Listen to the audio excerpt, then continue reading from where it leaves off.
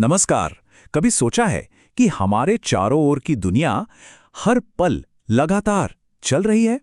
गाड़ियां सड़कों पर दौड़ रही हैं, ग्रह सूरज का चक्कर लगा रहे हैं, हवा बह रही है, सब कुछ मोशन में है। लेकिन इस सब के पीछे कोई नियम भी तो होंगे, है ना? तो चलिए आज इसी गति के विज्ञान यानी फिजिक्स ऑफ मोशन के कुछ बुनियादी सिद्धांतों को समझते हैं। अच्छा, चलिए एक बहुत ही सीधे से सवाल से शुरू करते हैं। पर यह सवाल उतना सीधा है नहीं जितना लगता है।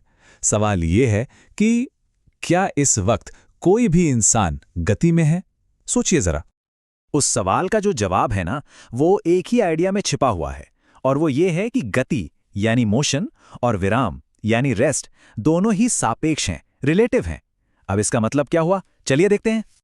असल में कोई भी चीज अपने आप में चल या रुकी हुई नहीं होती। सब कुछ हमेशा किसी दूसरी चीज की तुलना में देखा जाता है। जैसे अगर आप ट्रेन में बैठे हैं तो आप अपनी सीट की तुलना में तो रुके हुए हैं, लेकिन स्टेशन की तुलना में चल रहे हैं। ये जो तुलना का नजरिया है, इसी को हम फ्रेम ऑफ रेफरेंस कहते हैं। मतलब गति पूरी तरह से देखने वाले पर निर्भर करती है। तो ठीक है, अब ये तो समझ आ गया कि गति रिलेटिव है। पर जब चीजें चलती हैं तो क्या उनके चलने के कुछ खास पैटर्न होते हैं?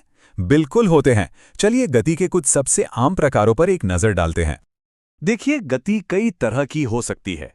जैसे एक सीधी सड़क पर चलती हुई कार, उसे हम कहते हैं रेखीय गति।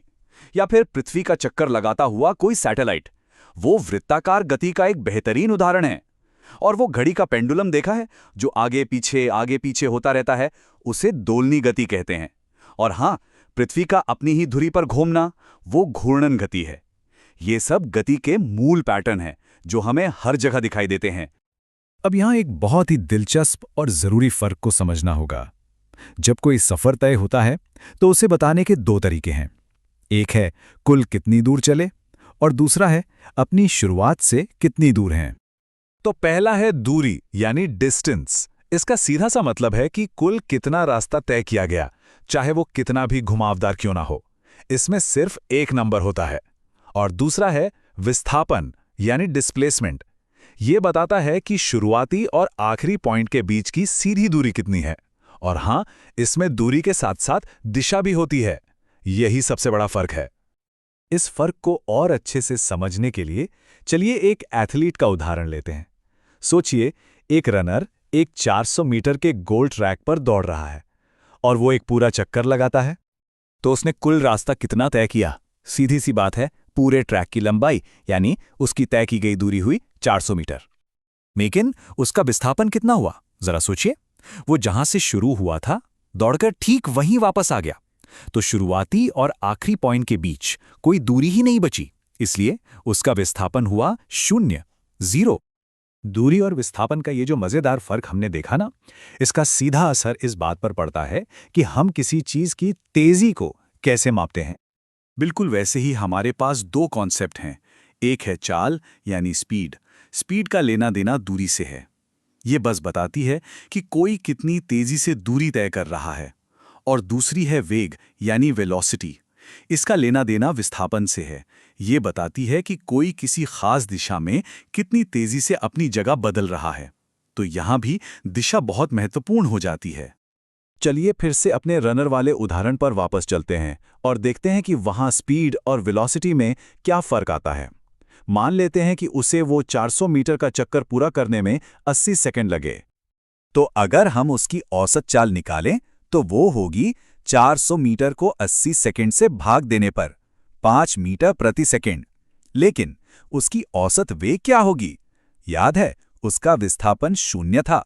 तो 0 को 80 सेकंड से भाग देने पर जवाब आएगा 0। तो उसकी औसत वेग 0 है, भले ही वो 5 मीटर प्रति सेकंड की चाल से दौड़ रहा था। है ना कमाल की बात? ठीक है, अब आते हैं हमारे आखिरी लेकिन बहुत ही जरूरी कॉन्सेप्ट पर। अभी तक हमने बात की जब वेग एक जैसा हो, पर तब क्या होता है जब किसी चीज का वेग बदलता है? इसी बदलाव को हम त्वरण यानी एक्सेलरेशन कहते हैं। त्वरण का सीधा सा मतलब है वेग में बदलाव की दर। और ध्यान रहे, ये सिर्फ तेज होने के बारे में नहीं है। अगर कोई चीज धीमी हो रही है या फिर अपनी दिशा बदल रही है तो उसे भी त्वरण ही माना जाता है।